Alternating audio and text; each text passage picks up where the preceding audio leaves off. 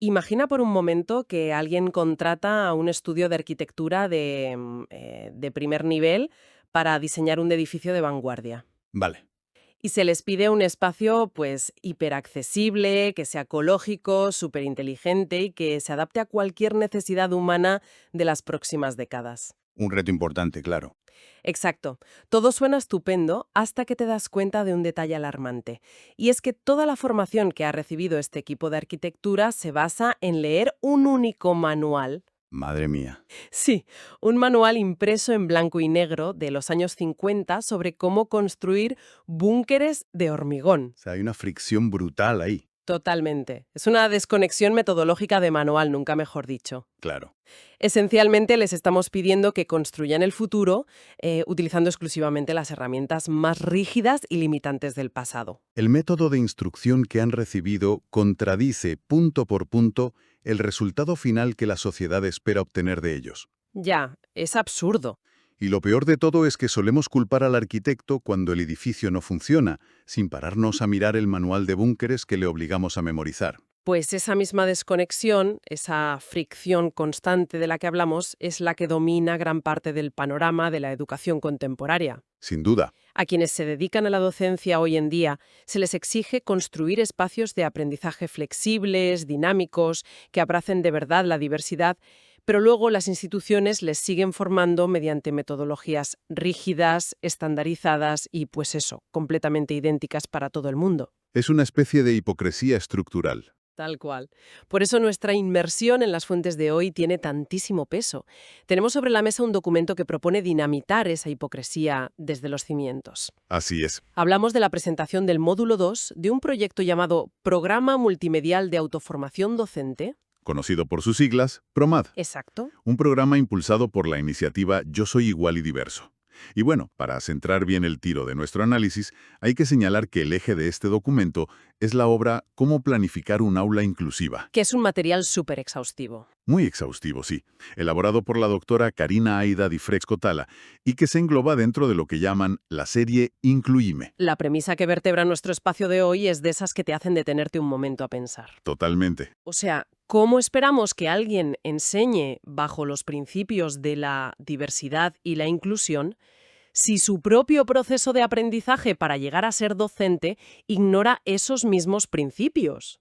Es que no tiene sentido. Y ojo, este análisis detallado no es un nicho exclusivo para profesionales de la tiza y la pizarra.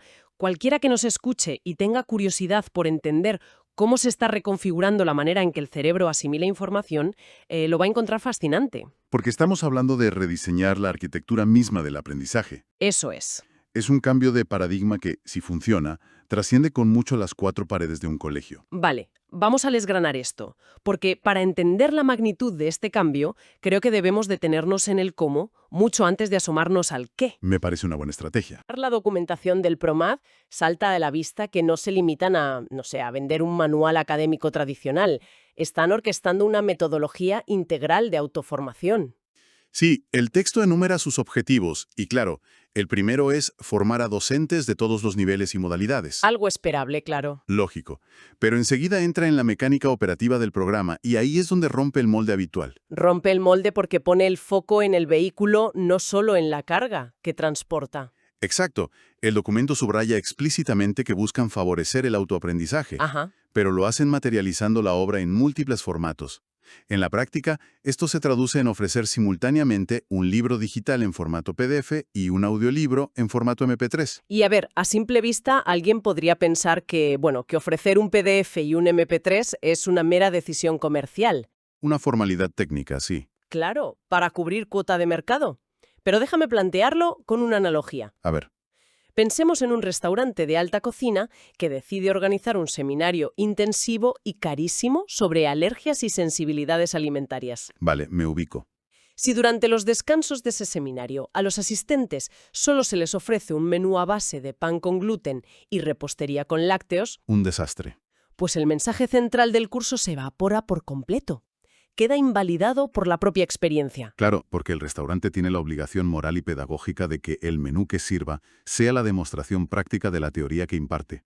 Pues aquí ocurre exactamente lo mismo con los formatos del PROMAD. Lo fascinante aquí Es la coherencia psicológica que subyace a esa decisión de diseño. Explícate un poco más. El texto del programa no lanza estos formatos al vacío. Hace un hincapié tremendo en que este material proporciona ayudas pedagógicas, Ayudas pedagógicas, vale. que crea espacios para desarrollar guías de estudio y que fundamentalmente promueve la reflexión personal. Ajá.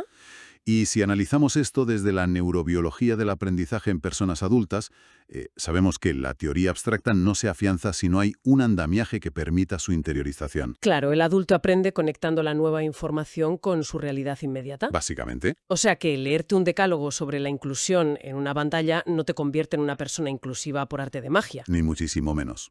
Imagina un profesor que llega agotado a casa después de lidiar con 30 alumnos. Agotadísimo, seguro. Quizá no tenga la capacidad cognitiva en ese momento para enfrentarse a 50 páginas de un PDF denso, Es que es normal. pero quizás sí pueda asimilar esos mismos conceptos escuchando el MP3 mientras conduce al día siguiente. Respetando así sus propios ritmos, claro. Exacto.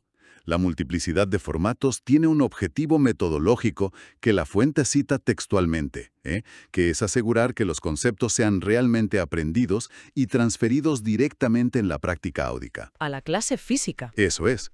Al obligar al docente a experimentar en su propia piel un modelo de aprendizaje diversificado, Donde él mismo puede elegir si hoy es un aprendiz visual o un aprendiz auditivo. justo, se genera algo mucho más potente que la mera memorización. ¿El qué? Se genera empatía técnica. Ostras, esa empatía técnica me parece un concepto clave.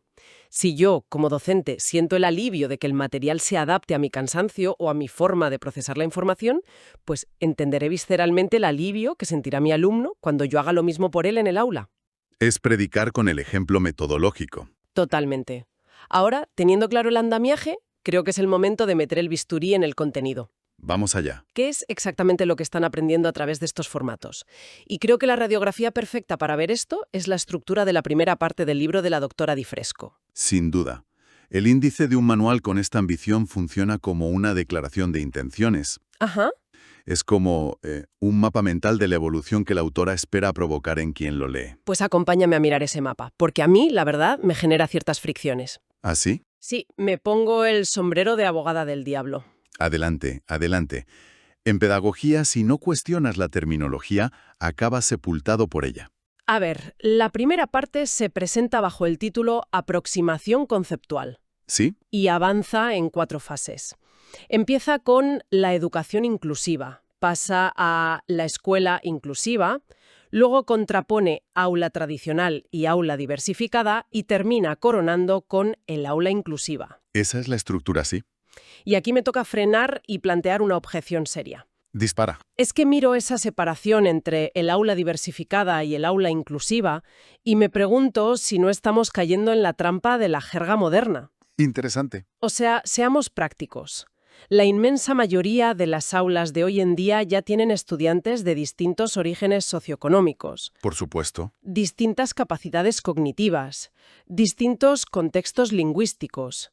Ya son aulas diversificadas. Lo son. Entonces, ¿no es eso ya la inclusión? Me preocupa que la doctora Di Fresco o la pedagogía en general esté fragmentando un mismo fenómeno en 2 conceptos distintos simplemente para, no sé, alargar el temario. O para vender una nueva etiqueta, ¿no? Exacto. Una etiqueta que sustituya al viejo concepto de aula tradicional. Entiendo tu escepticismo perfectamente. Y de hecho, esa fatiga ante la jerga es uno de los mayores obstáculos en las salas de profesores hoy en día. Es que cansa. Pero aquí es donde entra la precisión quirúrgica del documento. Si conectamos esto con el panorama general de la historia educativa, nos daremos cuenta de que separar diversidad e inclusión no es solo semántica. Ah, no. No, es la diferencia entre un fracaso estrepitoso y un éxito metodológico. Fíjate en el embudo que construye el índice. A ver. Parte de la educación inclusiva, que es el marco político y filosófico macro. Luego desciende a la escuela inclusiva. Que es la institución, ¿no? Sus normas de pasillo y demás. Exactamente. Y finalmente aterriza en el campo de batalla, que es el aula. Entiendo el zoom progresivo, sí. De la teoría en las nubes a la silla del alumno. Y en esa silla del alumno es donde la distinción se vuelve absolutamente vital. Vale. Según la progresión de la autora, un aula diversificada es simplemente un diagnóstico demográfico. Un dato. Eso es, Un accidente del destino o del código postal. Tienes un grupo heterogéneo de menores en una misma habitación. La diversidad existe ahí de forma pasiva. Independientemente de lo que haga el docente. Justo. Pero el aula inclusiva, que es el punto final de esta primera parte, es una acción metodológica deliberada. O sea, requiere trabajo activo. Claro, la inclusión no ocurre por el mero hecho de juntar a personas distintas. Ocurre cuando el docente orquesta activamente el entorno para que esa diversidad no sea un obstáculo. Sino el motor del aprendizaje. Exactamente.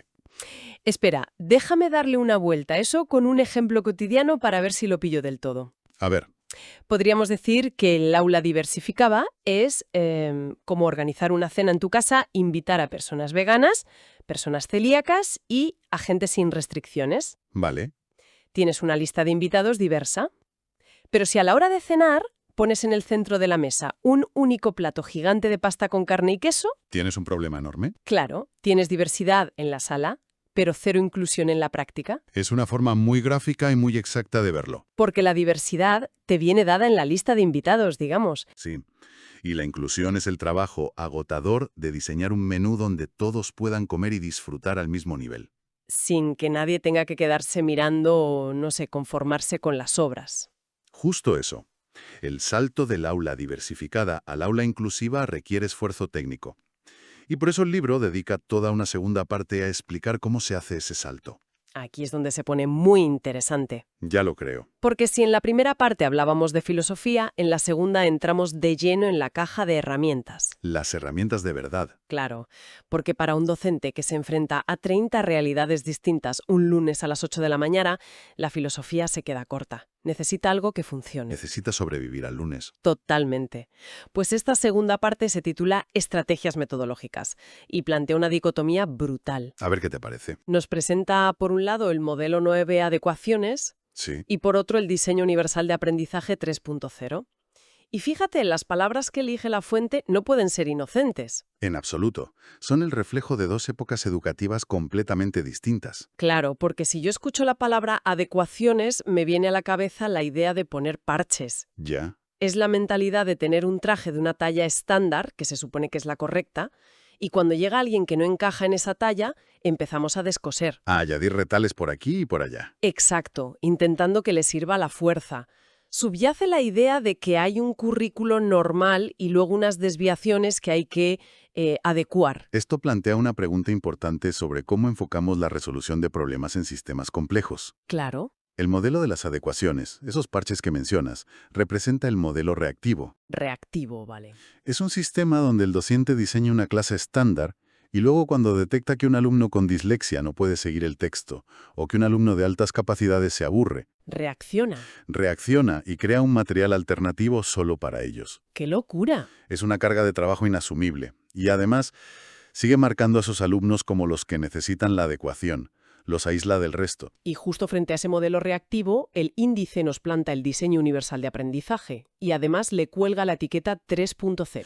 El contraste es bestial, la verdad. Ya no hablamos de parches, hablamos de un diseño universal. Y ese 3.0 es a un ecosistema tecnológico que anticipa el problema. Ese contraste ilustra el mayor salto cualitativo de la pedagogía moderna. El diseño universal de aprendizaje, o DUA, parte de la base de que la barrera no está en el alumno, ¿Dónde está entonces? en el diseño del entorno.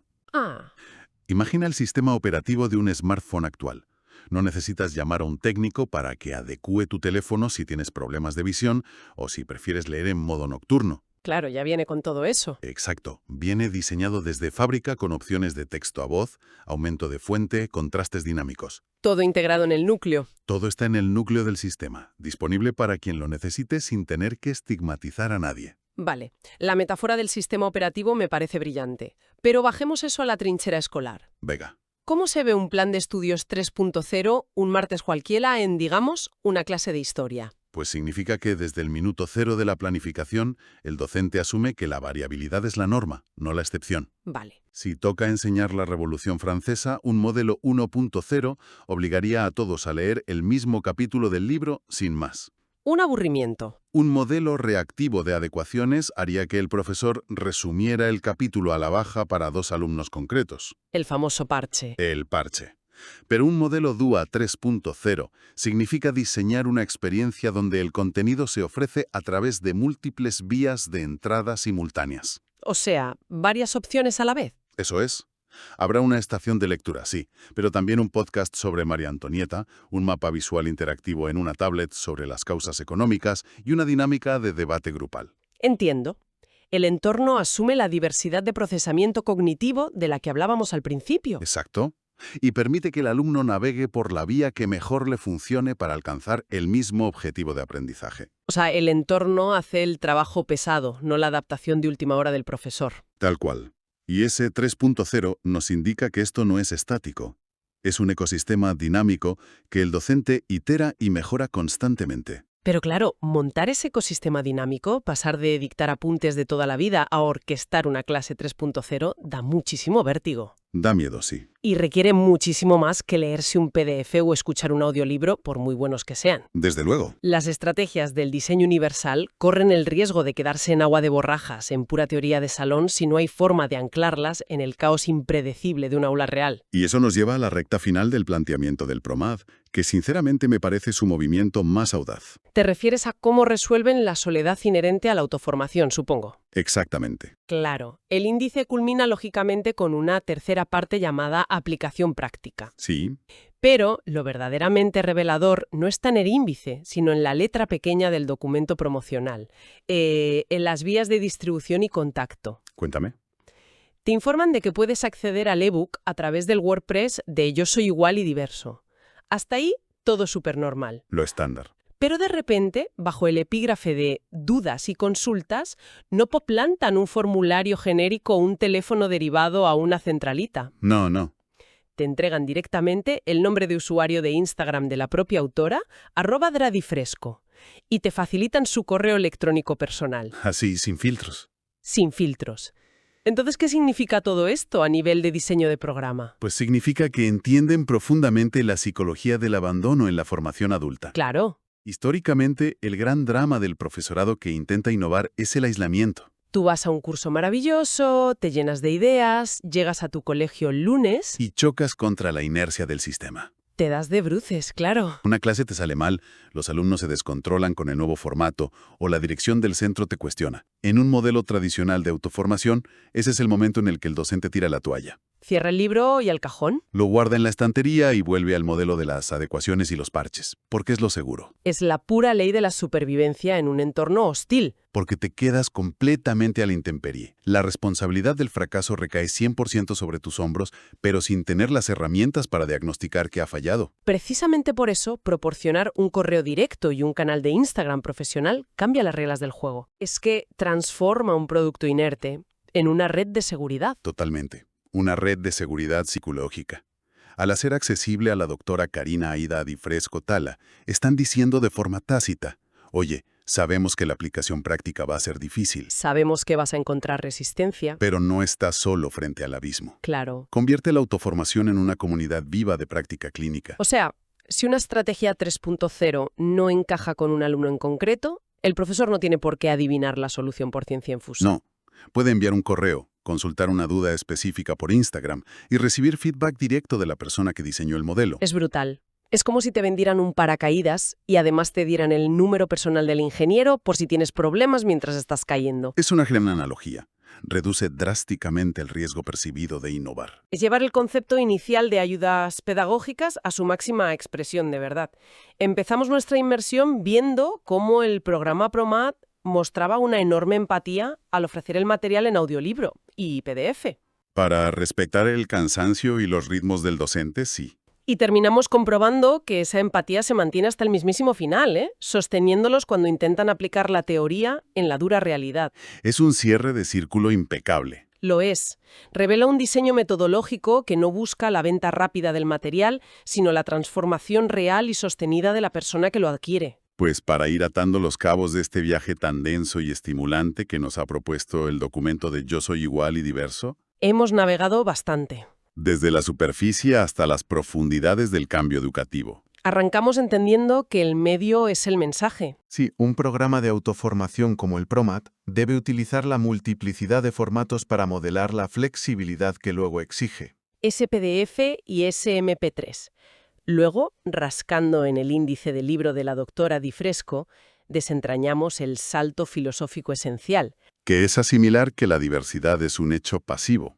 Pero la inclusión requiere una intervención metodológica activa. Y esa intervención nos llevó al núcleo duro de la cuestión. El paso del agotador modelo reactivo de las adecuaciones Los parches a posteriori, exacto. a la ambición estructural de un diseño universal de aprendizaje 3.0, donde el entorno está preconfigurado para abrazar esa variabilidad de fábrica. Todo ello apuntalado por una red de soporte vital a través de canales directos como Instagram o el correo de la autora. Garantizando que la aplicación práctica no se quede en un brindis al sol. Es un mapa de ruta verdaderamente integral. Y, la verdad, analizar todo este engranaje me deja con una reflexión final rondándome la cabeza, algo que, no sé, me encantaría dejar suspendido en el aire para quien nos esté escuchando, para que le dé una vuelta esta semana. A ver, Si el profesorado más inquieto de hoy en día ya se está autoformando con herramientas multimodales, debatiendo sobre diseños operativos 3.0 y construyendo comunidades de apoyo directo en redes sociales para sostener la inclusión, ¿sí?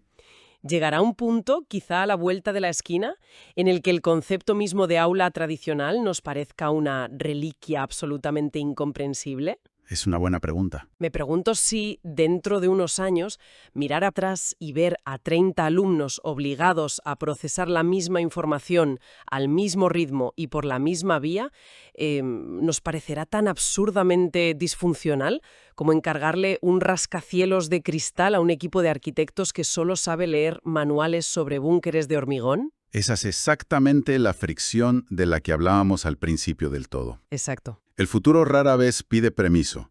Simplemente hace que las herramientas del pasado resulten obsoletas de la noche a la mañana. Totalmente. Pues ha sido un auténtico placer desgranar la arquitectura de este cambio hoy. Lo mismo digo. Dado un poco de luz sobre los engranajes de la pedagogía moderna y que, como siempre, nos empuje a seguir cuestionando las estructuras que damos por sentadas.